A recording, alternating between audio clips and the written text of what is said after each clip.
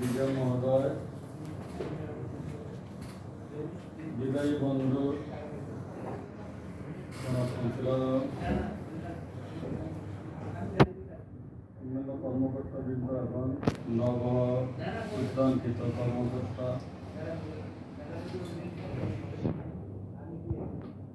মৌমাছির কর্মকর্তা আর অন্যান্য কর্মচারী এবং সহকর্মী, দক্ষতা উন্নয়নের প্রতিষ্ঠা সবাই মিলে সবার প্রতি আমার আন্তরিক সালাম। আসসালামু আলাইকুম ওয়া রাহমাতুল্লাহি ওয়া বারাকাতুহু।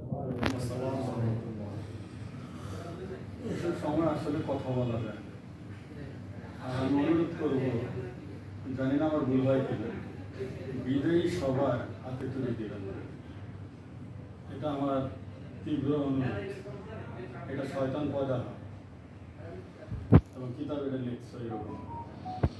আর এটাই হলো একটা বিষাদময় সভা, আমরা আনন্দ করি, এটা আসলে আনন্দ না, এটা আসলে দুঃখের। তো এটা আমার অনুরোধ, কে মানবেন না মানবেন, আমি এলাম ধরা দেবো, না মানা আপনাদের ইচ্ছা। তো বিদায় বন্ধুর সবাই গুণিত গাইলেন, দুষ্ট কেউ গাইলেন না, আত্মশুদ্ধিত হইল না। ওর কি কোনো দোষ নাই? ওর দোষ আছে। আমি বলবো কিছু দোষও গাওয়া উচিত ছিল, আপনারা গান নাই। ওর একটা দোষ আছে, আমি বলে দিই, আপনারা না বলবেন। ও এত গুণের অধিকার হওয়ার পরও ওর একটা স্বভাব, একটা জিনিস আমি লক্ষ্য করছি, কথা রাখতে পারে না। এই যে কথা রাখতে পারে না, এই কথা রাখলে সে আর উন্নত। কিছু কিছু জায়গায় কথা বলতে নেই, এই কথাটা গোপন রাখতে হয়। আর সব কথা সব জায়গায় বলা যাবে না। এই গুণটা হইলে আমি মনে করি ভবিষ্যতে সে আরো দামি। আমি কিন্তু দামি নিয়ে চাই। আমি প্রায় সময় ইচ্ছা কাটতাম দুলকি আর মুলকি। আমি নিজেকে দুলকি বানাইতাম, তাকে মুলকি বানাইতাম। মুলকির যে মালিক ছিল, এই মুলকিরে বেশি আদর করত, তুলকিরে কম আদর করত। কিন্তু এই কম আদরের পরও যখন যেদিন মুলকি চুরি হয়ে যাইতেছে, তখন মুলকিরে চালাইয়া নিতে পারতেছিল না তার মালিক, তার চোর। তখন মালিক বলে দিল যে আমার মুলকির যেন পরাজয় না হয়, তুমি ওইভাবে আঘাত করো, তাহলে এটা তাড়াতাড়ি যাইতে পারবে। তারপরে মুলকির পরাজয়, আমি ওর কিন্তু জয় দেখছি, ওর ভালো হোক দেখছি। আমি আমার নিজের চোখে তাকে বেশি প্রাধান্য দিতাম। কেন দিতাম? ও আসলে অনেক গুণের অধিকারী। যে দোষটা বললে দিলাম সেটা হলো যে তাকে আরো কন্ট্রোল, বলে যে শেষ বয়সে কন্ট্রোল। আমি আগেও বলতাম যে তোমাকে সব কথা সব জায়গায় বলা, কিছু কিছু জায়গায় তোমাকে কন্ট্রোল করতে হবে। এটা মানুষ আমার কথার কারণে কষ্ট করিব, এটা বলার দরকার তাই না, বুঝলি? কারণ এই সামনে অনেকে সাহস করে জোজ গাইব না, কিন্তু অন্তকরণ দিয়ে, অন্তর দিয়ে যদি কেউ আমারে যে আমার এই আচরণের কারণে, তখন আমি কি করবো? আমি তো শেষ হয়ে গেলাম। এই তো একটা লোক মৃত্যুর পরে কিন্তু অনেকে বলে লোকটা কেমন ছিল? খুব ভালো, খুব ভালো। এই ভালো ভালো না, হৃদয় দিয়ে, অন্তরের অন্তঃস্থল দিয়ে যদি বলে যে লোকটা ভালো ছিল 40 ব্যক্তি, তাহলে তার জন্য জান্নাত ওয়াজিব। কিন্তু আমি মৃত্যুর পরে আমাকে 40 জন ভালো বলবে কিনা? আর আমি এমন এক জায়গায় কাজ করি, আমাকে তো ভালো বলতো না, ওটা তাদেরকে ভালো বলছেন, আমার মনে হয় 1% তো ভালো পেত। ব্যাপারটা গেলে বিল্লা একটা দিত, ব্যাপারটা টাকা দিলে উৎসাহ করতো, ব্যাপারটা অমুক করতো, সমুখ করতো। কারণ অ্যাকাউন্টসের জায়গাটা হইলো ভালো জায়গা না, এই জায়গায় হইলাম আমি। তো হ্যাঁ, তো গুণ আছে, আমার তো এই গুণটাও নাই। তো বেশি তাকওয়া, ফরেজগারি জিন্দিগি হইতে হলে আত্মশুদ্ধি লাগে। ও অনেক গুণের অধিকারী, এর গুণ বলেছে। আরো একটা দেখেন যে হেডকোয়ার্টার এখনো তার প্রতিনিধি হতে পারছে না, যে এর যে রিলিভার আসবে, যে এর পরিবর্তে একটা লোক বসবে সিটে, এখনো খুঁজে পায়নি। অতিরিক্ত দায়িত্বের মধ্যে আমার নবনিযুক্ত একজন কর্মকর্তাকে দিচ্ছে, কিন্তু তার মেইন যে পোস্টটা, এই পোস্টে কিন্তু এখনো একজন লোক দিতে পারেনি। হেডকোয়ার্টার ব্যর্থ হয়ে গেছে।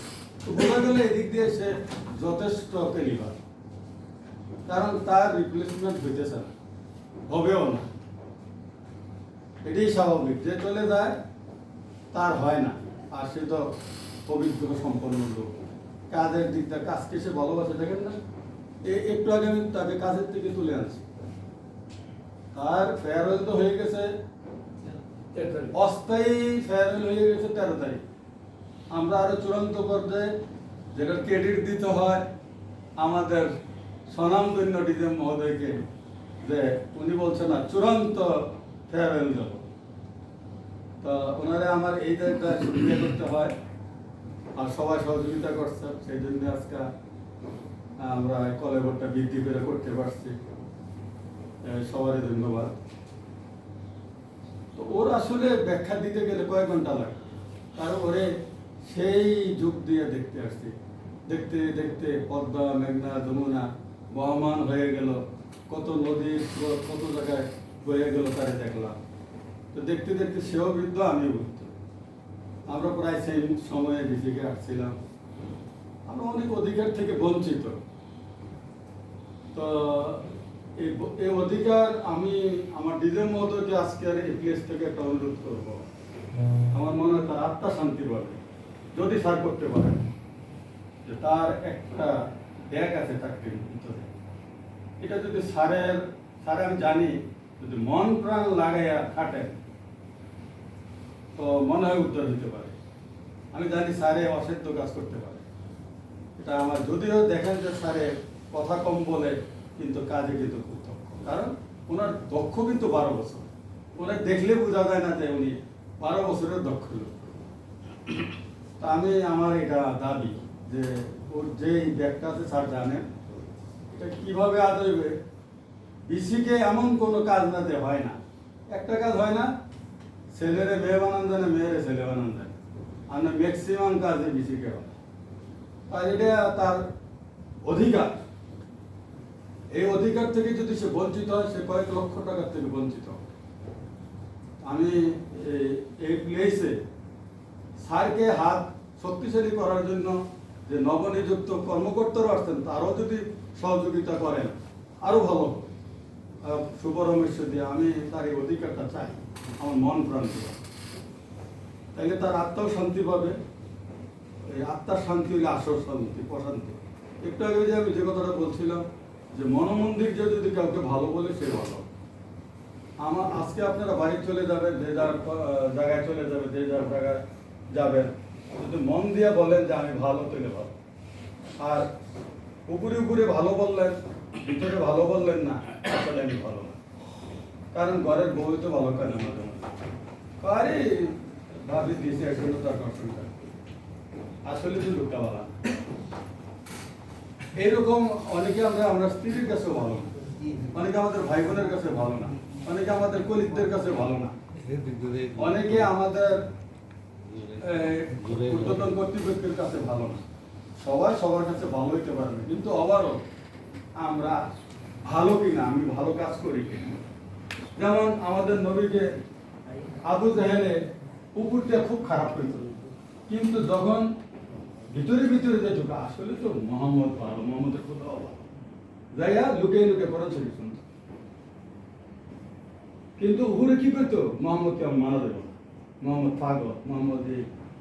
আমরা অনেকের গুণ সামনে গাইতে চাই না, হ্যাঁ, কিন্তু আসলে সে গুণের অধিকার, হিংসার বশবর্তী হোক বলি না, কিন্তু যে যার গুণ, এটা কিন্তু আসলে তার।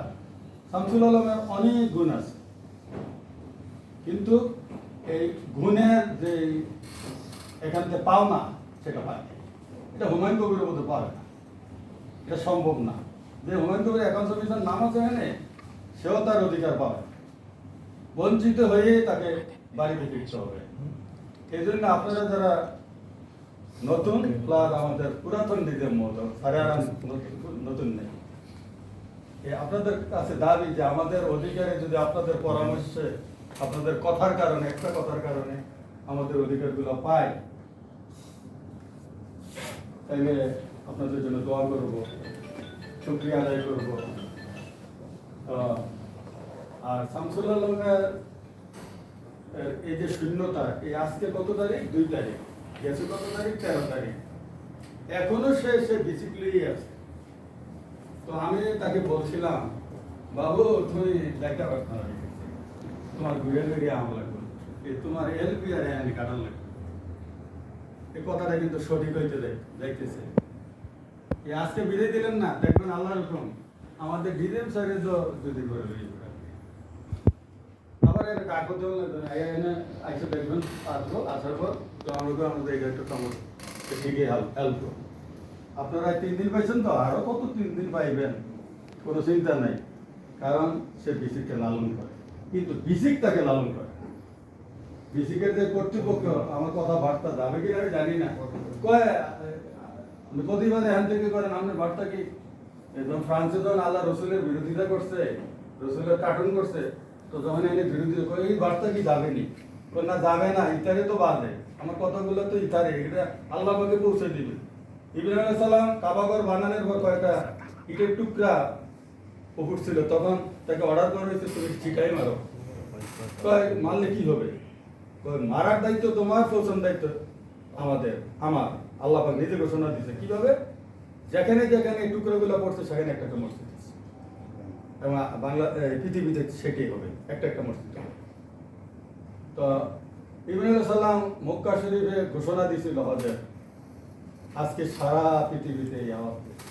তাই আমি এখান থেকে কথা বলতেছি, আমার কথা কর্তৃপক্ষের কাছে আশা করি যাবে, যেহেতু আমার স্যার বড় স্যারে তো বসা আছে, যাবে না কেন? তো তার যেই একটা লোক এলপিআরে গেলে তো আরো 1 বছর নিয়মিত বেতন পাবে। এরপরে বিসিকের যে আল্লাহ দিলে, মাসাল্লাহ দিলে যে অবস্থা, এককালীন পাওয়া বড় দুরূহ, সহজে পাওয়া যায় ছুটি না যায়। এরপরে জিসিবি ফান, এই যে কি গেসুইটেনি কয়, এগুলো পাওয়া মনে হয় মার দুধ মধু দেওয়া, এত কষ্ট, অনেক কষ্ট হয়। এটা কিন্তু আমার হাত, আমার স্যার যদি ধরে, আমি জানি আমার স্যারের হাত কত বড়। আমি সামনেই বলতেছি, পিছনেও বলি যে, এবং ওনার প্রতিও কিন্তু অফিসার করা হচ্ছে। উনি তো সুন্দরী চালিয়ে ছিল, আবার এটা গাবলা করে গেছে। এটাও আশা করি আল্লাহ দূর করে দেব, দূর হইলে মঙ্গল হয়। অনেক ফিরিস্তে আপনাদের আসলে ধৈর্যচ্যুতি আমি ঘটাবো না। শামসুল আলম কে জানি বলছেন, নক্ষত্র না কি জানি, আসলে আমি নক্ষত্রের সাথে তুলনা করতে রাজি না। ব্যক্তি দ্বিতীয় শামসুল আলম আর বিসিকে আসবে না। সেই স্পোর্টসম্যান, সেই দৌড় দিয়া 500, সেই দিয়া তাকে আর সেই নটরডেমের মাঠে, সেই বিভিন্ন মাঠে তারা দেখা যাবে না। তাকে বিসিকের হয়তো আমরা কাজে অনেক সময় তাকে আমরা কষ্ট দেবো, কিন্তু তারপরও তাকে ওইভাবে আর পাওয়া যাবে না যেভাবে আগে পাইছি। এবং আমার সাথেই তার কি হইতো বেশি, খুব হইতো। তো এটাও আর হবে না, কারণ আমি তাকে বুদ্ধিমান বলি। আমি যখন আমার বুদ্ধির সাথে চেক দেই তার বুদ্ধি, তখন আমি দেখতাম তার হইল 90%, আমার হইল 10%। বুঝলেন? তার বুদ্ধি হইল 90% আর আমার বুদ্ধি হইল 10%। তার বুদ্ধির দিকে আমি তাকাই থাকতাম, এত বুদ্ধি লোকটা আল্লাহ করতে দিতে। এই জন্য নিয়ামত পাইয়া শুক্রিয়া আদায় করতাম, আলহামদুলিল্লাহ বলা। তবে তার জীবনীটা একটা অন্যরকম জীবনী, সে কিন্তু স্ট্রাগল করে বড় হয়েছে, অত্যন্ত যোদ্ধা। সে যুদ্ধ করে করে এই জায়গায় আসছে। যুদ্ধ করি না লোকগুলা কিন্তু ভালো করে, তার প্রাপ্তি পায়। হ্যাঁ, এবার বলবেন যতটুকু পাইছি শুক্রিয়া, না পাইলেও তো শুক্রিয়া, না পাইলেও তো শুক্রিয়া করতে হবে। একটু করে আল্লাহ বলছে, তুমি যত নামাজ উদয় করো তুমি কিন্তু জান না। তো সেই লোক বলতে যে আলহামদুলিল্লাহ, আল্লাহ তোমারে জাহান্নাম দিতে আছি, তারপরে তুমি আলহামদুলিল্লাহ। আমি তাকে স্মরণ করে করছেন জাহান্নাম, এই জন্য আমি শুক্রিয়া যাও। তুমি যখন আমার কাজে শুক্রিয়া করছো, যা তোমার জান্নাত দিচ্ছি। আসলে কি যে ও এক জায়গায় পাইছে না, আরেক জায়গায় তাকে আল্লাহ পাক দিয়ে দিচ্ছে।